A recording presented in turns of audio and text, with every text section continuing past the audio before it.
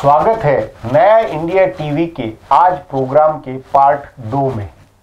इसमें पर्दे के पीछे की बातों, राजनीति को बताने वाली गपशप है तो हल्ला प्राप्त मुद्दों का, मसले का खुलासा भी।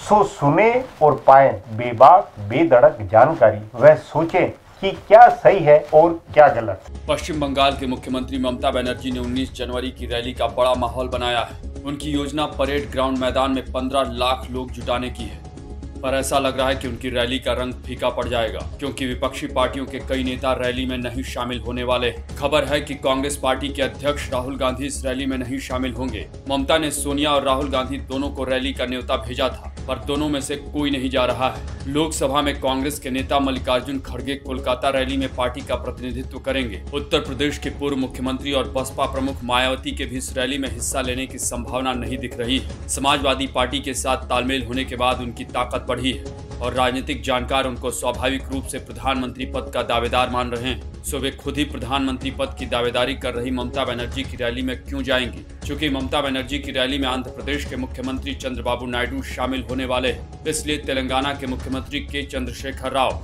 उनके साथ मंच साझा नहीं करेंगे। सो वे भी रैली में हिस्सा नहीं लेंगे। ममता बनर्जी ने अपनी चीर प्रतिद्वंदी लेफ्ट पार्टियों के नेताओं को रैली में शामिल होने का न्योता भेजा है, पर वे इसमें नहीं शामिल होंगे।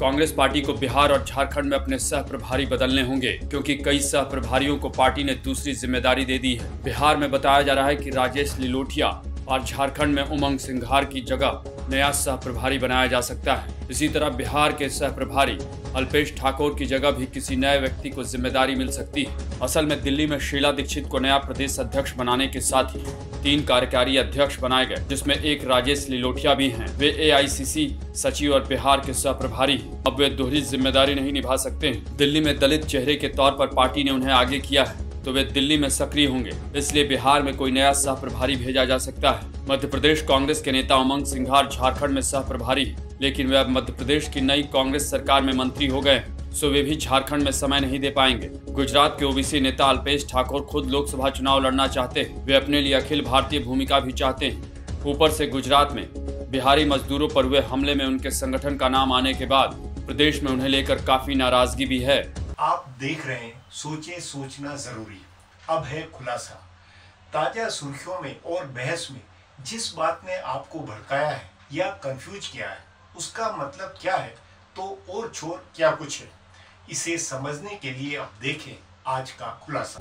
कहा जा सकता है कि ये बहस मीडिया ने शुरू कराई है, पर उससे पहले इसका आधार भारतीय जनता पार्टी ने तैयार किया है। प्रधानमंत्री नरेंद्र मोदी और भाजपा अध्यक्ष अमित शाह हर जगह गठबंधन पर हमला करते हुए ये बात कह रहे हैं कि इनके पास नेता कहाँ हैं। ध्यान रहे, पिछले साल हुए राज्यों के चुनाव में भी भाजपा ने मध्य प्रदेश, राजस्थान और छत्तीसगढ़ में विपक्ष पर ये कहते हुए हमला किया था कि उनके पास मुख्यमंत्री का चेहरा नहीं है। भाजपा के वरिष्ठ नेता राजनाथ सिंह ने हर जगह पूछा कि बारात तो तैयार है, पर दूल्हा कहाँ है। कांग्रेस के बिना दूल्हे की बारात को तीनों राज्यों में सत्ता की दुल्हन मिल गई। भाजपा के दूल्हे बेचारे दिल्ली में उपाध्यक्ष बना दिए गए। उसी तरह भाजपा अब लोकसभा चुनाव के लिए पूछ रही है कि विपक्ष का नेता कौन है। भाजपा के इस नैरेटिव को मीडिया ने पकड़ा है और हर जगह ये सवाल पूछा जा रहा है। सपा बसपा के गठबंधन की घोषणा के लिए हुई प्रेस कॉन्फ्रेंस में भी ये सवाल पूछा गया। कांग्रेस और उसकी सहयोगी पार्टियों से हर जगह ये सवाल पूछा जा रहा है। ये बड़ा उलझाने वाला सवाल है, जिसका सीधा जवाब कोई नहीं दे सकता। अखिलेश यादव ने ये कहकर पीछा छुड़ाया कि उत्तर प्रदेश का ही कोई नेता प्रधानमंत्री बनेगा। ध्यान रहे, PM पद के 3 सबसे प्रमुख दावेदार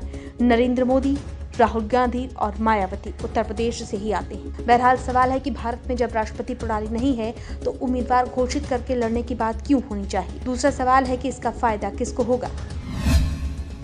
भारत में संसदीय प्रणाली है जिसमें मुख्यमंत्री या प्रधानमंत्री का चुनाव सीधे नहीं होता। चुनाव जीतने वाली पार्टी के विधायक मुख्यमंत्री चुनते हैं और सांसद प्रधानमंत्री का चुनाव करते हैं। पार्टी प्रणाली मजबूत होने से इतना होता है कि पार्टी हाईकमान जिसका नाम तय करता है, विधायक या सांसद उसका चुनाव कर देते हैं। प्रधानमंत्री पद का या मुख्यमंत्री पद का दावेदार घोषित करके चुनाव लड़ने की परंपरा भाजपा ने ही शुरू की। भाजपा ने अटल बिहारी वाजपेयी को दावेदार बनाकर चुनाव लड़ा था। 2003 में मध्य प्रदेश में उमा भारती को और राजस्थान में वसुंधरा राजे को दावेदार बनाकर पार्टी चुनाव लड़ी थी। लोगों ने मध्य प्रदेश में उमा भारती को 3/4 बहुमत दिया, पर पार्टी ने उनको 1 साल में हटा दिया। सवाल है कि जब सीधे जनता मुख्यमंत्री या प्रधानमंत्री चुनेगी तो उसको पार्टी कैसे पद से हटा सकती है। इस सवाल पर अब विचार नहीं होता। अब नेता की लोकप्रियता, छवि और जातीय समीकरण को ध्यान में रख घोषणा कर दी जाती है।